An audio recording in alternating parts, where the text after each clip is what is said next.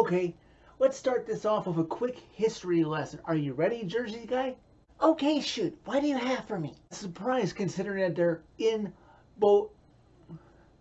It may come as quite a surprise since they're in opposite conferences and only play twice a year at most. But the Preds and the Devils have quite a history. Subban was traded from the Preds to the Devils. The Preds almost never existed because the Devils at one time were almost going to move right when Nashville Arena, which is now Bridgestone, was first built. And the Preds' first ever OT game that they won was in New Jersey on my 17th birthday. Could I just say that? And now the Preds have perhaps their biggest victory of the season in this comeback against the Devils tonight. That's so cool. You're such a Preds historian, Johnny. Okay, I'm really going to reach here. Really going to reach. Everybody's hands go up, way up, as the Nashville Predators pull certain victory from the jaws of defeat by defeating the New Jersey Devils in overtime Thursday night inside the Prudential Center in Newark, New Jersey by the final score of 4-3. In only their fourth road win of the season, their third on North American ice. This Preds team is now 6-1-1 in their last 8 games. It appears that they're trending in the right direction. Can this miraculous comeback victory light a fire under them that they need to get continued sustained success so they're not floundering in the wild card position anymore? Preds don't waste any time getting off on the right foot in this game. Right off the initial face-off, the Devils win the face-off and carry the puck into their own zone right at the blue line, trying to set up to carry the puck out. But an eager Beaver, Cole Smith, steals the puck away from one of the Devils players. And guess who he sets up? Ryan Johansson, who goes right into the Devils zone. He gets a quick shot off that causes a rebound that Vanacek can't corral with his glove. Johansson is right there to collect the rebound and bury it past Vanacek into the net. It's in. The Preds have a lead just that quickly. 11 seconds into the game, they're up 1-0. Ryan Johansson's opening goal of 11 seconds, that ties a franchise record set by David Legwand back on April 5th, 2007 at home versus the St. Louis Blues. But it also sets a new franchise record for the fastest road goal to start a game, which was previously 12 seconds by Shea Weber back on April 7th, 2010 over at Arizona. This Devil squad coming into game 24 for them doesn't have 19 wins in 23 games for nothing. You know they're not going to be a pushover, and they come back in swarms and get UC Saros out of his net, but they have a bad angle, so UC Saros is able to swallow up the puck, and the Devils aren't able to get the right angle to get the puck in the net to tie this game. Something that would happen quite a bit in this game, but UC Saros, number 74 in your program, number 1 in your heart, was up to the task every time. About 5 minutes in, Jesper Bratt gets a breakaway, and he waits and waits and tries to get Saros to show him his 5-hole, but he doesn't, and he runs out of runway, and Saros is able to get the shot off that Bratt takes and is able to preserve the Preds' 1-0 lead. The first period progresses with both teams getting a relative number of shots off, not able for the Preds to extend their lead or the Devils to tie as we eventually reach the last quarter of the first period. Just over 5 minutes left to go in the first period. Like I said, reaching the last quarter, Ryan McDonough takes a high sticking penalty. The first penalty the Preds would be assessed since Detroit last week, since, like I mentioned, they didn't take a penalty against Anaheim on Tuesday. The Preds penalty kill continues to improve. I just wish their power play was as successful recently. Devils had some close calls on Ryan McDonough's high sticking penalty. Came close, but the Preds were successful and killed it off. Final minute now of the first period, and the Preds aren't satisfied, and I like this, to just go into the locker room with a 1-0 lead. Loose puck, just over 20 seconds left to go in the first period, and the puck comes back to number 59, Roman Josi, who just takes an innocent shot on net, hoping for a tip, and it's deflected and blocked by the Devils as Yossi has pinched in a little bit to try and get a rebound as he races back and he is able to keep it in the blue line so everybody is still onside, and Yossi quickly turns around and gets a desperation shot off and it goes towards the direction of the net. Oh my god, and there is Colton Sissons with Dougie Hamilton fighting him for the puck, and Colton Sissons is able to get a desperation shot up. It goes over top of Vanacek's glove, and the Preds somehow have a 2-0 lead after the first period. Arguably, that's got to be the Preds' best first period of the season to this point. Well, what timing after such a great first period for the Preds, because as the second period starts, Bally Sports South is sure enough to remind us all that in their last 17 games, the Devils are 16-1, and over that 17 game span, they have outscored their opponent 27-9 in the second period. Oh, a stat like that kind of reminds me of the 2016-2017 Stanley Cup Final Preds that would outscore their opponents like crazy in the second period. Oh, the Devils start off on the right foot because just over 2 minutes into the second period, Jack Hughes is allowed to skate behind the Preds net, behind UC Saros, unchallenged really, and he gets it out front to Kevin Baugh, who quickly gets a shot off that UC Saros has no chance on. The Devils have cut the Preds lead to 2-1. Oh, but the Devils aren't done there. Nope. This is going to be a little painful to watch this right now and relive this.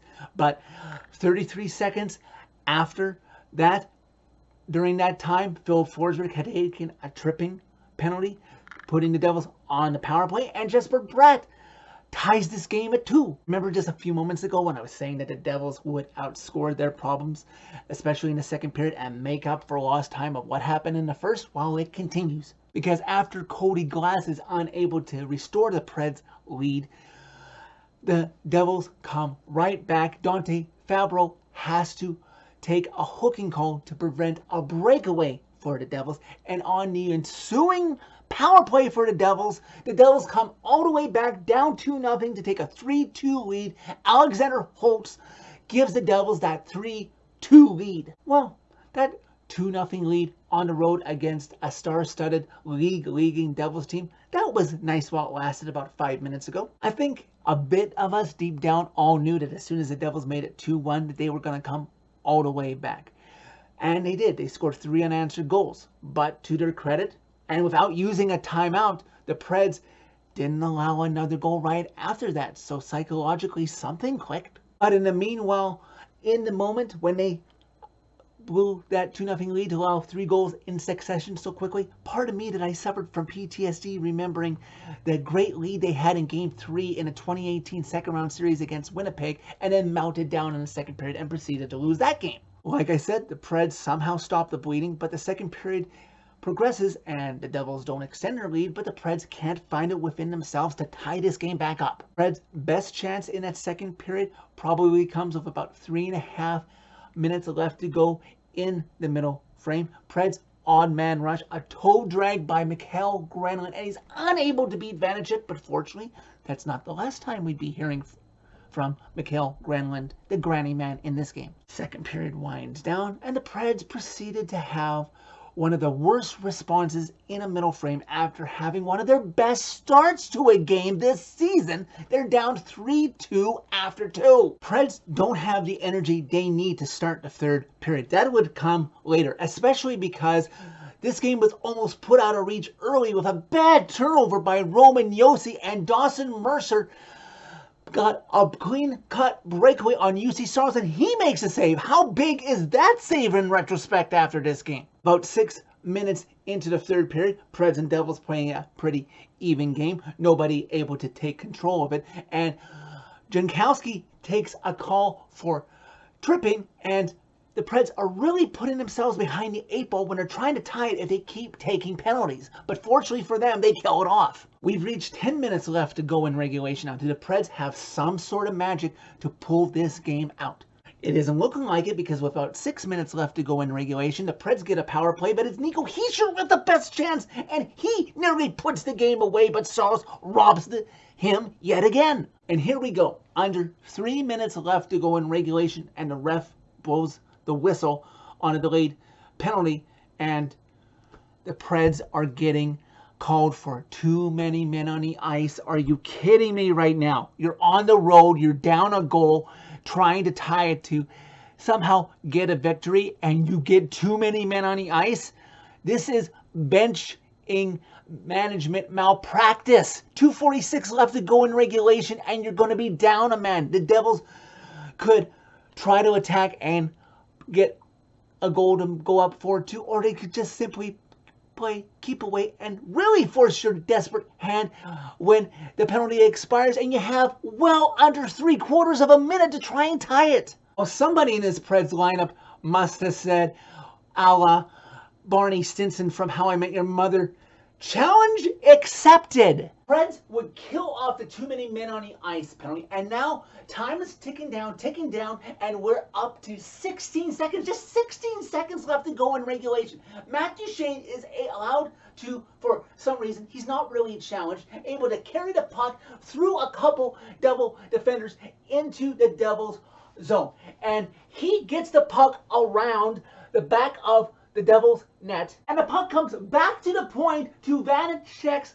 left, out to Forsberg, who just gets a shot on net. The puck lands right at Vanecek's feet, right in front of the blue crease, under 10 seconds, and Mikael Granlund is standing right there. He kicks the puck over to his stick. Vanecek is down on his stomach, and Granlund has a presence of mind after kicking it over to his stick, and he buries it. Oh my God! With 8 seconds left to go in regulation, the Preds somehow have tied this game at 3. Oh my God!